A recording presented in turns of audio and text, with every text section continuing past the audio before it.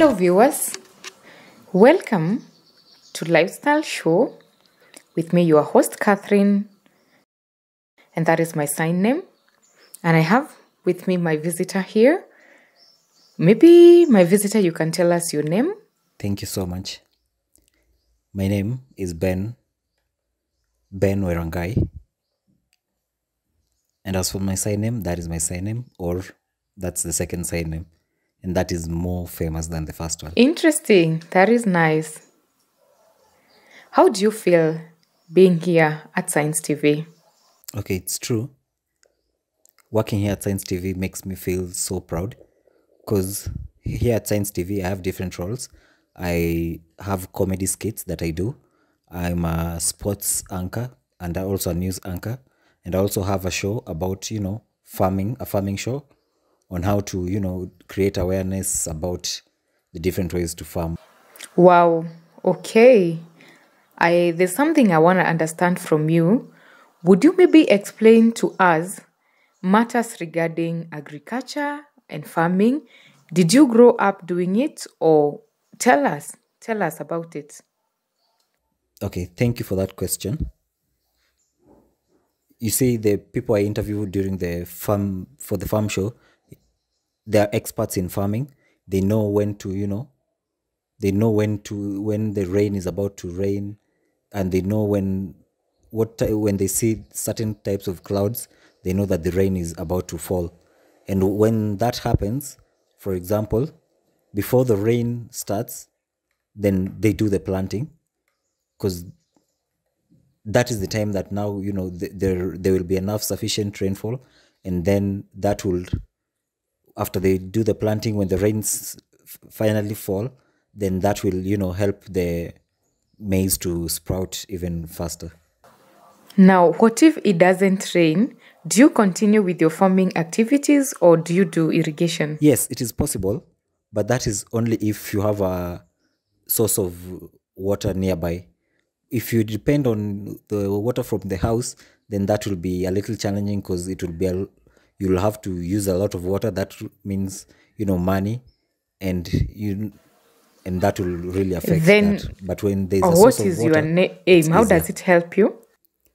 So the aim for this is, when you've planted enough and you have a lot, then that can be used for, business. But That's when it is little, That's then it's for interesting. feeding the family. So there is maize, there is sweet cassavas, sweet potatoes, sweet potatoes. There's also cassava, there's beans. There are different things that are planted that help in feeding the family, and also for business. And this is also makes life a little bit easier, because, for example, if you just lay around yet you have a farm, then that makes you simply stupid. Wow. Interesting. That is good. Now, you've said you have got other activities like comedy. Yeah, it's true. From a long time ago, when I was a child, I used to play a lot. I used to play around a lot, and my teacher noticed that, picked me because of the jokes I had, and put me into the drama club. And my acting skills were top notch and very good, and that also helped me grow with the deaf community. And in my acting, we managed to go to different drama festivals for the deaf, and I managed to win different trophies. And people will really laugh at my jokes because of my facial expressions and my acting. And people liked Ben's stories so much, and that gave me the motivation to continue up to now.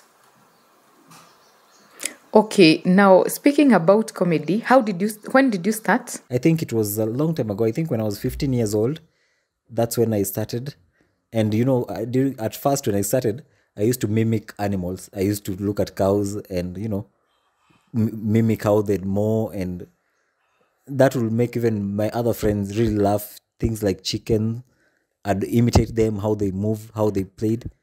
And that is where I developed, the mimicking skill that I had. And that grew into comedy. Okay, you've studied animals, right? Yeah, How for about people? I'd take time study a person, how he'd, speak, and that is what I'd, imitate. And I'd imitate it very perfectly. For example, people like Raila, the famous politicians, I was perfect in mimicking them as well. Okay.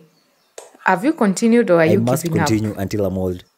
Hey, until you Even I die. must continue until I'm old or I die. Either Hey. way, I'm not giving up. Okay. For if I give up, maybe, people, even when people are gossiping, disregarding my jokes, I'd always leave them aside, focus on my jokes, and Wow. continue up to now. If, for example, you give up with comedy, will people be frustrated? Will they feel bad? Or what do you think they would feel? If for instance I gave up right now, then what will happen next? Maybe people will start saying I'm weak, or that will be embarrassing. So that's why I have to stay strong and continue. I cannot, give up, because if I gave up right now, people will start questioning me what happened, and they'd see me as, weak. And yeah, so I have to give up and So you continue want until to I'm continue? famous. Okay. Would you tell us about your life growing up? How was it? Okay, so when I was a baby, when I was born, I could hear very well. You mean you were born Yes, hearing? yes, I could. Ah, When I was a okay. baby, I could hear very well. Of course, I couldn't talk because I was still a baby. But then I became sick. And so my mother took me to hospital, for testing.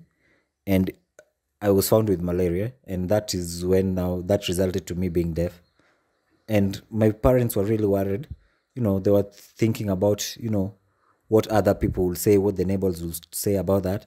And luckily enough, we got a school, and that really helped my parents with reducing their worry, because in school I could learn. Sometimes when we were with my parents, I could try mouth read, lip read, I mean, and things like Mimi, Wewe, bad, good, clever. You see, that helped with the mouthing. But if without the hands and the signing, then it would have been really difficult. So it was very important for me for things like Mimi, Wewe, Wapi. It was both Kiswahili and English. My parents used to So mouth both, you know those both. clearly. And yes, I couldn't get everything, but I got the basics. Hapana, all those Kiswahili, Wewe, unaenda wapi, things like those I could get, and those I could understand easily. But English, when someone would speak very fast, then that would be a challenge, because I couldn't now read the lip. But if someone was speaking slowly, then it was easy. That was okay, easy for me to understand. Other people who are not in my family, it was a lot of challenges. I would always ask them to repeat, because I wasn't used to how they were speaking. It was very hard. But for my family, because we had interacted a lot and had the experience of speaking with them, it was easier. But for a new experience, then it was always challenging. But for my family, I could read their lips very well, and they even understood some of my signs. So always the people closest to you normally understand your signs faster than Okay. strangers. Now you growing and joining school, how was it Yeah. Now being in after I school and was being at in home? school, that is where I learned sign language. I communicated with the deaf. So, and how did your parents know sign language? I used to go to school, learn sign language, and then when I will come home, I'd do the signs, teach my mother as well, show things like ugali, sukuma wiki. Whenever they'd give me that, then they'd copy my signs, things like meat. And it was getting easier to communicate more and more at home. Things like blue band, things like those were easy. So my parents learned the sign language from me. Other people, for example, I would sign, and other people, the strangers now, they wouldn't understand until I had to write it, and then now they'd understand signs like knife or bread. Then, when you finished school, what Now happened after I was later? done with the school, I went back to to continue my studies. I did welding, and finished that, and started looking for a job, a welding job. But it was hard because I was stuck in between. I am deaf, and this welding could possibly make me blind, and that for me was a big challenge. So that's why I decided to do away with the welding and continue So with all sign along, language as a job and as a when did career. you I start? think that was ago about 3 years, about 3 years. Yeah, up to now, that's what I'm doing right now. Wow, that's interesting. Let's have a short break. We shall be back and continue.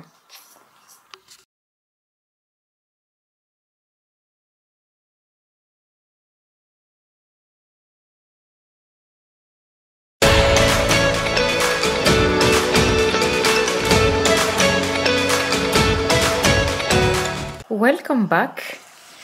Previously, Ben, you told us that you were born hearing and later you became deaf. And you continued with your studies as a deaf child. Now I have a question for you. Now, in school, where did you join? Okay, thank you.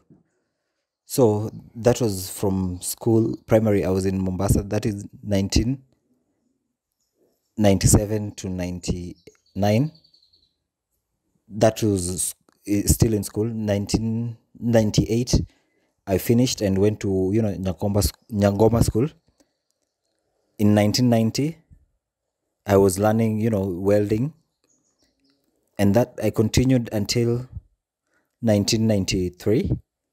And after that, I was finished, and then I came back to Nairobi. During that time, I was searching for jobs, welding jobs, but it was very difficult, challenging. I would, sometimes I'd get some odd jobs here and there, which will give me something. And then I decided to, I later got a job at Emmanuel Church, a cleaning job in Emmanuel Church, where I'd clean the church while still trying to look for, different works. I'd get odd jobs here and there. And then after a while, I decided to go back to sign language as a career. I started teaching children, and before that, there was a program that ran where I'd teach the parents of children with the children who are deaf, so that they too could communicate and make communication in their homes easier. But by bad luck, after a while, the program was ended, because I believe that was in 2009. Between 2009, that's when the sponsorship was stopped, and now the program had stopped. So I started looking for different people to teach sign language, and those parents that some of who had taught before used to recommend me, and do that. And then later on, I managed to got by good luck, I got the Science TV. I started as a volunteer for 3 months doing comedy and different things, and that's has been my journey up to now. And I'm very happy here at Science TV. Now, why are you happy with your job at Science TV? Because you see, here at Science TV, when I do my skits here, they're able to reach more deaf people, and that Okay, spreads a lot. interesting. That is very nice. I know Yes, soon we are going to have you're our right. Deaf Awareness Week. What would you love to tell Okay. people? Yes, it's true. This month is Deaf Awareness Month, and the aim of all this, we believe we want to spread sign language, because if this goes to many people, I believe sign language will be known by many people. But for right now, hospitals don't have interpreters, because now when the deaf go to hospitals, there's normally a challenge of communication. But if there was an interpreter, there'd be. You mean they If there was have an Parliament interpreter, the have interpreters? communication would have been Okay. easier. Places like Parliament have interpreters, which is very good. But there are also some organizations that are missing interpreters, that we need to have interpreters. Where do you think we have gaps? Some, for example, there's a hospital that Aga Khan Hospital doesn't have an interpreter. There's also an Indian hospital near Pangani that also doesn't have an interpreter.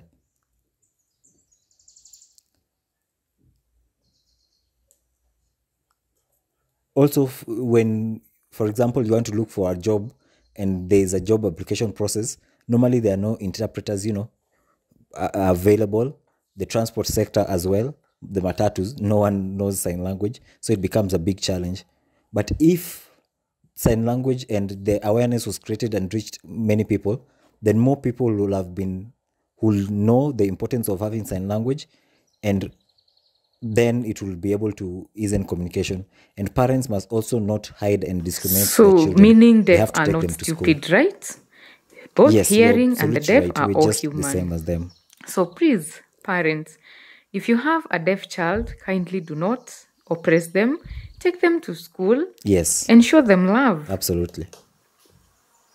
Okay, I would want to ask you, now speaking about comedy, would you do a little demo for us to see what you do in comedy? Okay. This is an ambush. Okay, so there's a thief walking, sees a beautiful house, and this house is, fenced, fenced in a brick wall, and that's that. But it's really pretty. So the owners of the house, they have a bicycle. The kid rides the bicycle, puts it there, leaves it outside the compound. The next day he wakes up, and now the bicycle is gone. Now is wondering, what should I do to prevent this thief? And then he decides, let me buy a dog. The homeowner decides to buy a dog. Later that night, the thief comes in, creeping slowly, jumped over the fence, wanted to try to steal the car, but by bad luck, the dog was there barking. But the homeowner is sleeping, remember, because he's deaf, he doesn't hear. And then the child comes and wakes him up. The homeowner comes and gets the thief beaten by the dog, and he embarks on disciplining him. Please don't repeat that again. Let him go. And he appreciates the dog. The dog is very excited, jumping, playing around, happy. And that's the end of that short skit. That is good. I've seen it. And for sure, you have a talent in that. Please don't give up. Continue until death. Now, is it possible you advise people who are watching us, maybe tell them on how not to give up and how to... Okay. Thank you. We should not ever give up. Because you see, there's a lot of motivation out there. You see, the comedy that we do right now, for example, those can be learning ways where children can learn from and remember the lessons from the comedy skits that we do. So please, when you see someone trying something, try and encourage them. Do not try and put them down, saying what they're doing is not good. Because you see, even in the comedy world right now, the hearing world themselves, they have comedians who are very good and are very famous. And I believe with the deaf can also be as equal as them. So let's keep on encouraging each other. That is nice. Probably you can tell us of your social media handles, Facebook, Instagram, TikTok, all that. Tell the viewers where Now they can find you. I have Facebook where my name is the same. My official name, that's Ben Warangai. If you search for me on Facebook, you'll find me there plus my skits. On Instagram, I also have my account. It's called Funny. You'll find me there. On YouTube, I have my account. It's called Deaf Funny Kenya. And you'll get all of my videos there. And that's where I'll have most of my content. Thank you. You have TikTok? I also have TikTok. On TikTok, my name is Warangai. If you look for me there, you'll get everything, my stories, my drama, all are there. Thank you. Interesting. That is good. I hope that we have all learned from Ben's advice, and we can also learn from his comedy. You can find his videos on social media. Now, our interaction with Ben has come to an end. Thank you, Ben, for your time. And we will have Deaf Awareness Week very soon. Please do not oppress the deaf. Support your children. Parents, for sure, own your children who have disabilities. Fight for them and accept their disability, please. And thank you for watching. With me, your host, Catherine, and that is my sign name. And I want to thank Ben, who has been my guest, and see you in the next show.